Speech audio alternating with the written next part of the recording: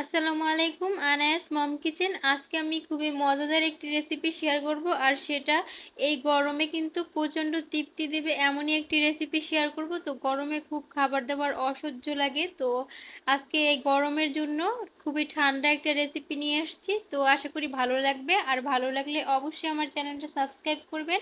আজকে দেখাবো পেঁপে দিয়ে মুরগির মাংসের ঝোল রান্না। তো খুবই সহজভাবে শেয়ার করব। এখানে আমি মুরগির মাংস নিয়েছি, আমি খুব বেশি বড় করে কাটিনি, তো আপনারা আপনাদের পছন্দ মতো ছোটো বড় পিস করে কাটতে পারেন। তারপরে আমি এখানে হলুদ এবং লবণ দিয়ে মাংসটাকে মাখিয়ে নিচ্ছি।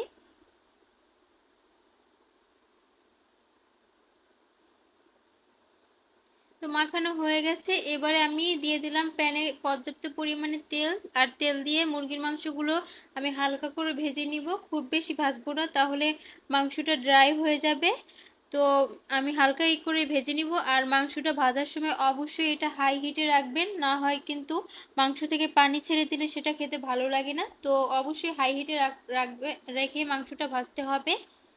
তো এইভাবে উল্টে দিলাম, উল্টে ওই পিসটাও একটু হালকা ব্রাউন কালার করে ভেজে আমি উঠিয়ে নিলাম। এই পর্যায়ে আমি রান্নার রেগুলার তেল দিলাম, আর সাথে দিয়ে দিলাম দারুচিনি, এলাচ এবং লবঙ্গ।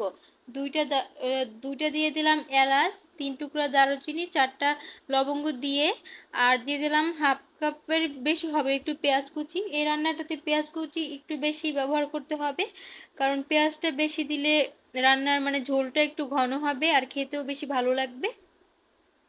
তো পেঁয়াজটা হালকা একটু সফট করে ভেজে নিব। তারপরে আমি এখানে দিয়ে দিলাম আদা রসুন বাটা 2 চা চামচ ভর্তি করে আমি আদা রসুন বাটা দিয়েছি।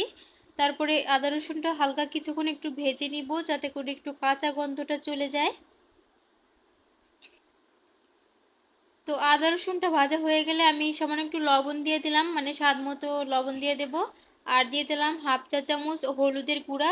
আমার মশলাটা পুড়ে যাচ্ছে, সেজন্য আমি একটু পানি দিয়ে দিলাম। তো পানি দিয়ে এটা একটু মিশিয়ে তারপর আমি অন্য গুঁড়া মশলাগুলোও অ্যাড করব।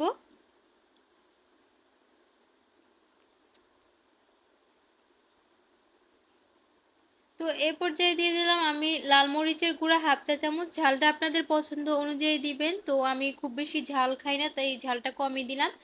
আর 1 চা চামচ দিয়ে দিলাম, তো দিয়ে দিলাম 1 চা চামচ ধনিয়ার গুঁড়া। তারপরে এটা মিশিয়ে আমি মশলাটা ভালোভাবে কষিয়ে নিলাম। আর এখানে একটা মাঝারি সাইজের আলু আর এক পেঁপে এভাবে করে আমি কিউব করে কেটেছি, তো এটা দিয়ে ভালোভাবে নেড়ে চেড়ে আমি কষিয়ে নিব।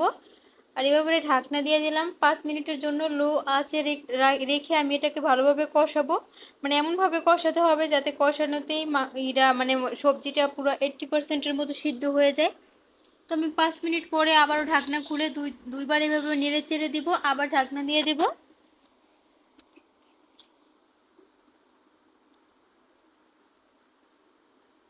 তো এই যে আমি বেশ কয়েকবার এভাবে ঢাকনা তুলে নেড়ে চেড়ে দিচ্ছি, আর আবার ঢাকনা দিয়ে দিচ্ছি, এভাবে করেই কিন্তু আমি কষিয়ে নিলাম। আর আপনারা একটা কথা কিন্তু মাথায় রাখবেন, যত ভালোভাবে কষাবেন ততই আপনাদের রান্নাটা ভালো হবে এবং খেতে বেশি ভালো লাগবে। তো এই পর্যায়ে আমি ভেজে রাখা মাংসগুলোকে দিয়ে দিলাম, আর সেটা দিয়ে মিশিয়ে আবারও আমি কষিয়ে নিব।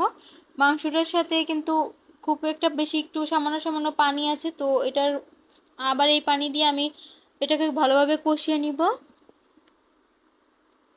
তো ঢাকনা খুলে আবার আমি নেড়ে চেড়ে দিচ্ছি। আর এই পর্যায়ে পানিটা শুকিয়ে গেছে আর উপরে তেলটাও ভেসে উঠছে, তো এবার আমি পানি দিয়ে দেব। আমি মানে মাংসটা যাতে একটু ডুবে থাকে এরকম পরিমাণে পানি দিলাম। আর এভাবে করে প্রথমে হাই হিটে রেখে বলক তুলে তারপর আমি মাঝারি আঁচে আমি 10 মিনিটের মতো রান্না করে নিয়েছি। আর এবারে দেখুন এরকম হয়েছে ঝোলটা, তো আমি একটু ভাজা জিরার গুঁড়া অ্যাড করছি। আর এখানে আমি লো আঁচে আরও কিছুক্ষণ রেখে দেব, প্রায় 5 থেকে 7 মিনিটের মতো। এতে করে ও তেলটা উপরে ভেসে উঠবে, আর খেতেও বেশি ভালো লাগবে এবং দেখতেও অনেক বেশি সুন্দর লাগবে। তো এই ভাজা জিরার গুঁড়া দিয়ে আমি লো আঁচে আরও 5 মিনিট এভাবে রেখে দিলাম চুলার উপরে।